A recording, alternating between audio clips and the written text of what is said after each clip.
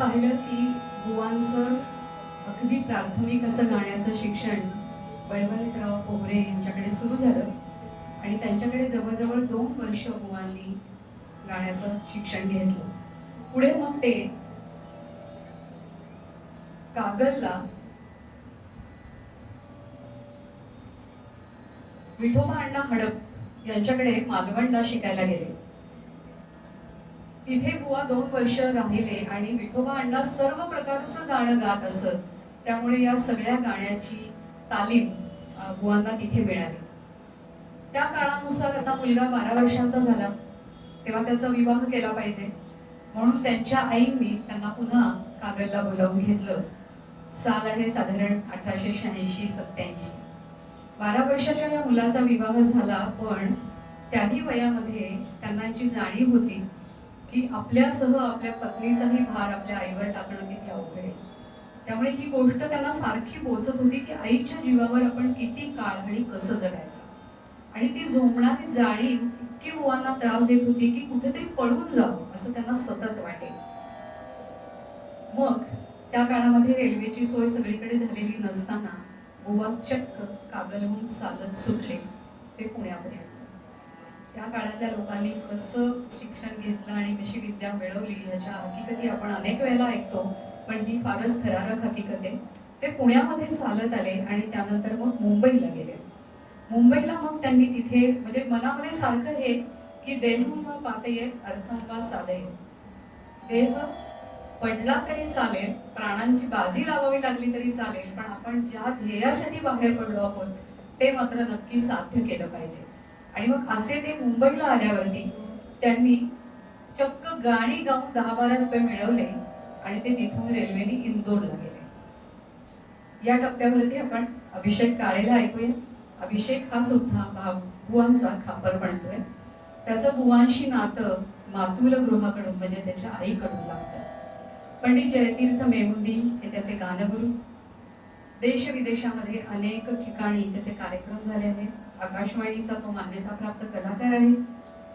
बहुआयामी कलाकार आहे अभिषेक. आपल्याला कदाचित कल्पना नसेल, पण संगीत नाटकांमध्ये तो कामं करतो, भूमिका करतो आणि त्यासाठी त्याला आतापर्यंत 4 वेळा रौप्य पदक देखील मिळालं आहे. द डिसायपल या सिनेमाबद्दल आपण मध्यंतरी बरीच चर्चा ऐकली होती, त्यामध्येही त्यांनी भूमिका केलेली आहे. त्याच्याकडून आपण ऐकूया एक पंजाबी बंदिश.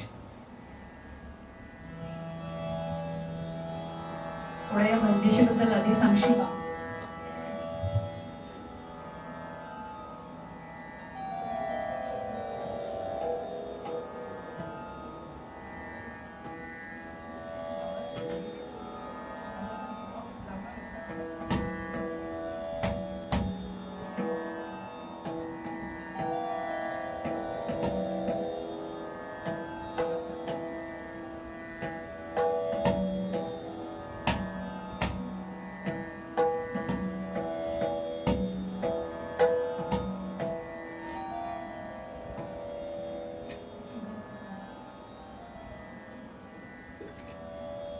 जरी सायंकाळ असली तरी मी मुद्दामून तोडी निवडलाय. याचं कारण आहे, खूपदा असं होतं की सकाळच्या रागांच्या मैफिली अलीकडे खूप कमी होत आहेत आणि बुवांची तीरथ कोसब करी तिलक कामोत्पत्ती खूपच प्रसिद्ध आहे. म्हणजे आपल्याला बऱ्यापैकी लोकांना ती तोंडपाठ सुद्धा असू शकते. पण ही जी मी बंदिश गाणार आहे ही पंजाबी भाषेतली आहे आणि खूप कमी लोक महाराष्ट्रात जातात. वाराणसी, बनारस म्हणजे त्या साईडचे जे कोणी मोठे मोठे उस्ताद लोक आहेत, गायक लोक आहेत, इव्हन पंजाबमधले, ते लोक जास्ती करून ही बुवांची प्रचलित बंदिश तिकडे गातात, पण आपल्याकडे अजून फारशी ती गायली जात नाही. म्हणून मुद्दामून ती मी गाण्याचा आज प्रयत्न करतोय आणि ती तोडी मधली आहे म्हणून मी मुद्दामून तोडी पेश करतो. आधीची जी बंदिश आहे येरी माई आज शुभमंगल गाव, ही किराण्याची पारंपरिक बंदिश आहे. आणि त्याच्यानंतर द्रुत बंदिश जी आहे ती बुवांची त्यांनी स्वतः रचलेली आहे.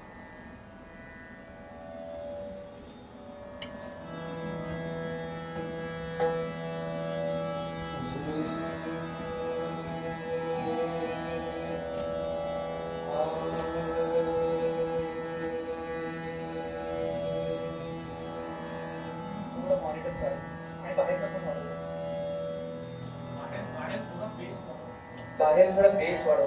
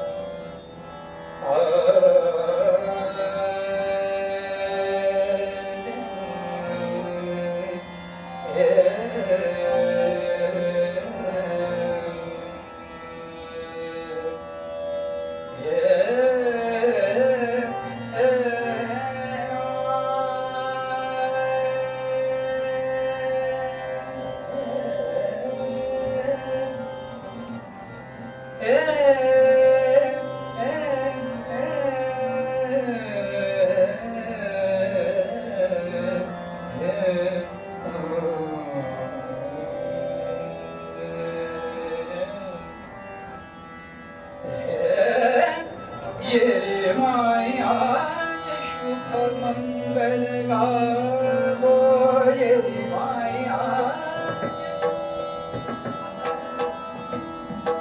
ये मायाचे शुभ मंगल गावो ये मायाचे शुभ मंगल गावो ये मायाचे शुभ मंगल गावो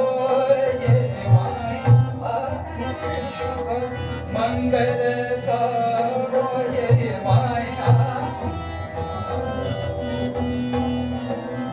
ये माया आज शुभ मंगल गावो शोक पुरावो मृदंग बजावो शोक पुरावो मृदंग बजावो शोक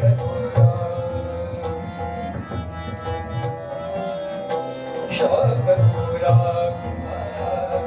मृदंग बजावो गावो रिझावो बंधावो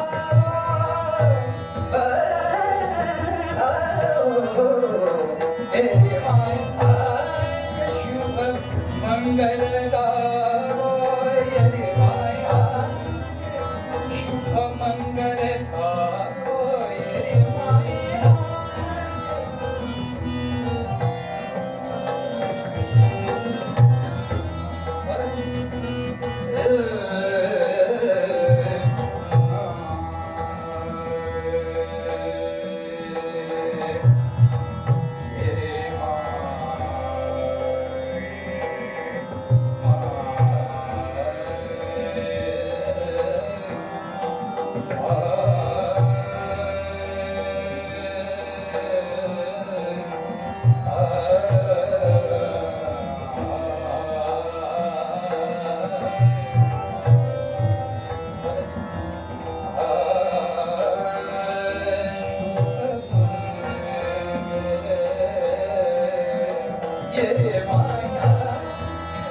शुभ मंगल गावो ये माया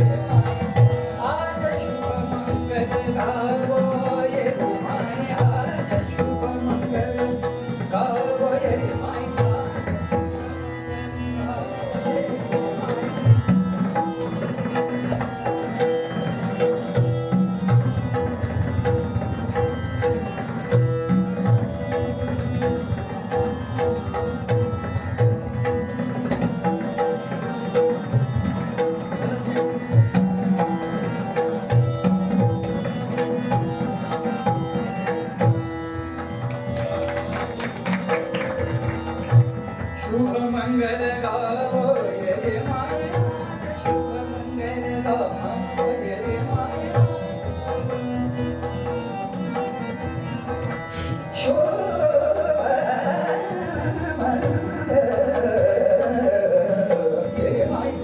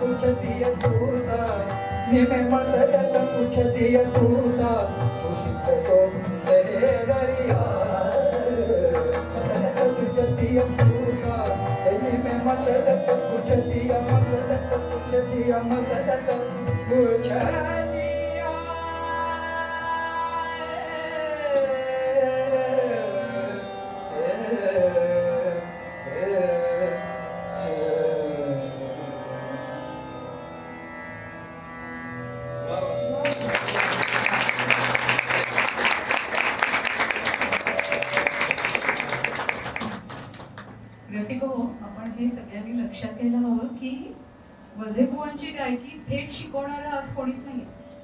त्यांच्या काही रेकॉर्ड्स आहेत उपलब्ध 8-9 आणि त्या सगळ्या वझेबुवांच्या उतार वयामधल्या आहेत. त्यामुळे त्याच्यावरून गाणं आपल्या गळ्यावरती चढवायचं ही किती अवघड गोष्ट आहे. पण या दोन्ही कलाकारांनी ते प्रयत्न खूप चांगले केले.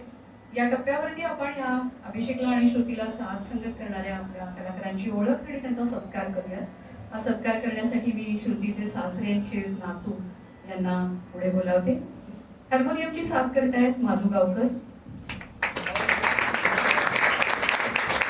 एक छान योगायोग म्हणजे मालू स्वतः सुद्धा गोव्याचे आहेत. लहानपणापासून संगीताची ओढ असल्यामुळे महेश गवस यांच्याकडे त्यांचं प्राथमिक शिक्षण झालं. त्यानंतर सध्या ते सुधीर नायक यांच्याकडे पुढचं शिक्षण घेत आहेत. गोवा सरकारच्या आर्ट अँड कल्चर विभागाची स्कॉलरशिप प्राप्त कलाकार आहेत ते. अनेक मोठ्या कलाकारांना साथ संगत केली आहेत आणि अनेक पुरस्कारही त्यांना लाभले आहेत. मी नातू साहेबांना विनंती करते की त्यांनी माधू गावकर यांचा सत्कार करावा.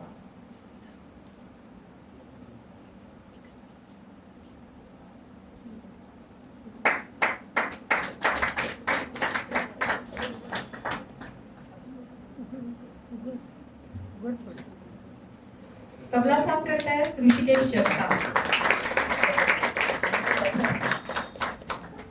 पंडित मिलिंद पोटे यांच्याकडे त्यांचं प्राथमिक शिक्षण झाल्यावरती कालयोगी पंडित सुरेशजी तळवलकर यांच्याकडे त्यांचं पुढचं शिक्षण सुरू आहे. अनेक कलाकारांना